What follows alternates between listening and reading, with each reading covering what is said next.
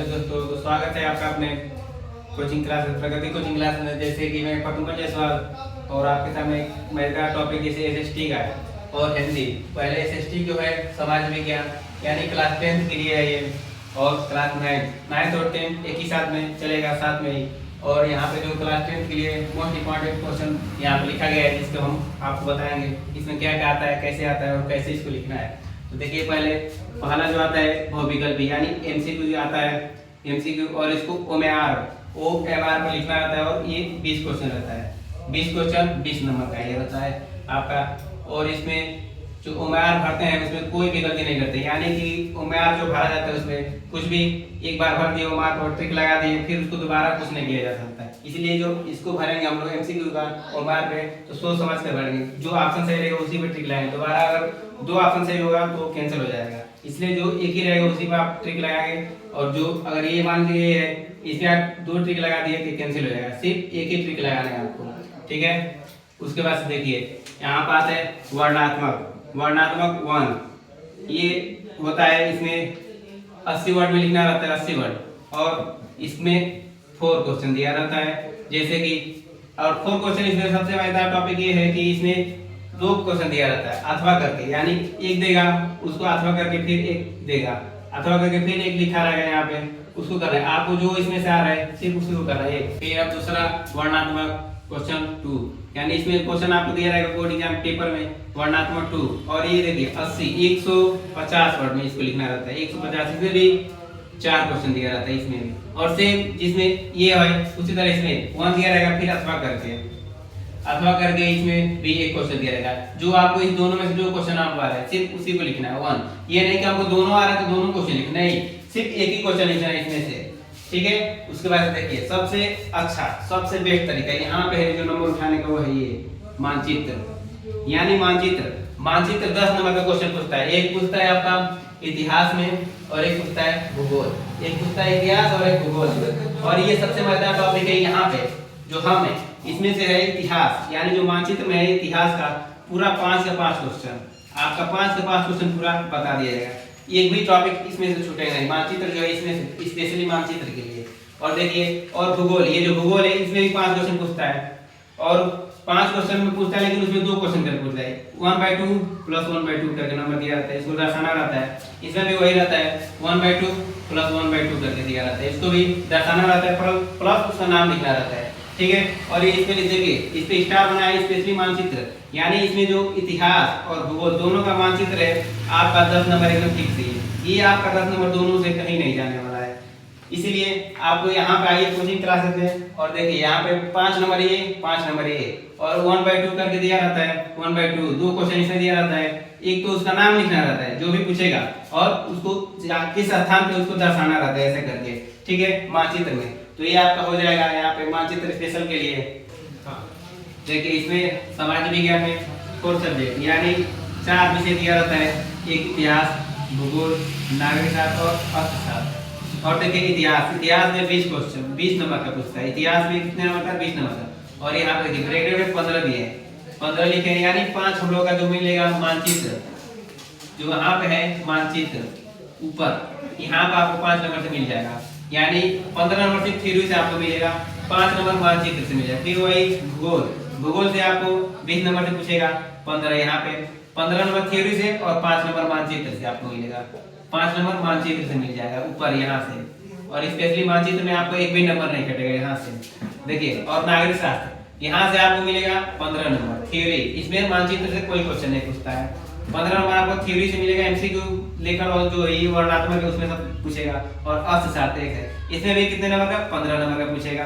इसमें थ्योरी, इसमें से भी कोई भी आपको मानचित्र में नहीं पूछेगा, सिर्फ मानचित्र पूछेगा। इतिहास और भूगोल 20 नंबर का टोटल नंबर पूछेगा, 20 नंबर का इसमें पूछेगा, और 15 नंबर थ्योरी, इसमें 15 नंबर थ्योरी, और 5 नंबर आपको इतिहास का मानचित्र में, और 5 नंबर भूगोल का मानचित्र में पूछेगा कि कौन सा स्थान कहाँ पे है। और इतिहास में से ये कांड कहाँ हुआ था, किस स्थान पर हुआ था, उसका नाम लिखिए और मानचित्र में दर्शाइए। हम लोग उसका नाम लिख देंगे और मानचित्र को जगह जहाँ होगा वहाँ पे ऐसे डॉट करके उस पर सिंबल दिया रहेगा, ऐसे बनाइए डॉट करके, तो स्टार करके दर्शाइए, तो ऐसे दर्शा देंगे। जो जिसका पूछेगा उसके हिसाब से दर्शा देंगे हम लोग। देखिए अब एक नया टॉपिक जो है हिंदी, यहाँ पे सीधा खड़े होके हिंदी जो है जिसे नया है उसको इसमें देखिए क्या क्या पूछता है, कैसे पूछता है उसके बारे में पढ़ेंगे। पहला तो 20 नंबर का आपका जब पूछेगा बहुविकल्पी, 20 नंबर का पूछेगा बहुविकल्पी। और सबसे मजेदार है इसमें आपका जो ग्रामर है, जैसे अलंकार हो गया, रस हो गया, छंद हो गया, सब इसी में पूछेगा एक एक नंबर करके। अलंकार, छंद, रस और जो भी है इसमें जो अलंकार से संबंधित है, हिंदी ग्रामर, इसमें सब पूछ देगा। बहुविकल्पी आपको उसको लिखना नहीं पड़ेगा, इसी में आपको पूछेगा। उससे देखिए वर्णात्मक में एक बहुविकल्पी हो गया, एक वर्णात्मक हो गया। वर्णात्मक पहले तो देगा आपका गद्य, गद्य से देगा व्याख्या करने के लिए देगा गद्य से, उसके बाद से देगा पद, गद्य से और पद, यानी 6 नंबर के 6 नंबर के। इसमें देखिए अथवा करके देगा, एक गद्य देगा, फिर अथवा करके 2 गद्य देगा, फिर अथवा करके दूसरा गद्य देगा। उसमें से आपको कोई एक ही गद्य लिखना रहता है।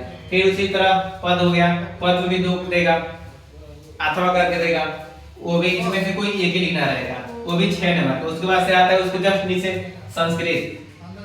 सबसे मजेदार टॉपिक है ये संस्कृत, पढ़ने में बहुत मजा आता है संस्कृत को। और देखिए संस्कृत में पूछेगा गद्य, उसके बाद पूछेगा पद, इसमें भी अथवा करके 2 दिया रहेगा, उसमें से किसी एक को लिखना है हम लोगों को, 5 नंबर को मिल जाएगा। अथवा करके लिखना है किसी एक को, फिर उसमें पद यानी जो श्लोक होता है उसी को पद, वो पूछेगा आपका 5 नंबर का, उसमें से 2 दिया रहेगा, उसमें कितना लिखना है 1।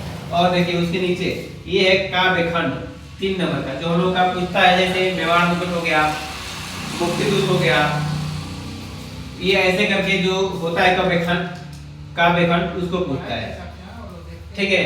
और देखिए यहाँ पे उसके बाद से जीवन परिचय, ये तो सबको मालूम है, जीवन परिचय पूछता है, कवि का एक पूछता है, लेखक का पूछता है। 3 दिया रहेगा, उसमें किसका लिखना है 1 का, 3 कवि का नाम दिया रहेगा, उसमें से 1 का लिखना है, जिसको हम ज्ञात होगा। लेखक का 3 दिया रहेगा, उसमें किसका लिखना है 1 का लिखना है। इसमें देखिए उसका एक रचना का नाम लिखता है, 2 नंबर उसमें मिलेगा और 3 नंबर आपको जीवन परिचय मिलेगा। इसमें भी सेम वही होता है। उसके बाद संस्कृत में होता है श्लोक, एक आपको 2 लाइन का श्लोक लिख लेगा पूछता है, तो आपको संस्कृत में टोटल मिलेगा 3 श्लोक याद करना है। कितना जी?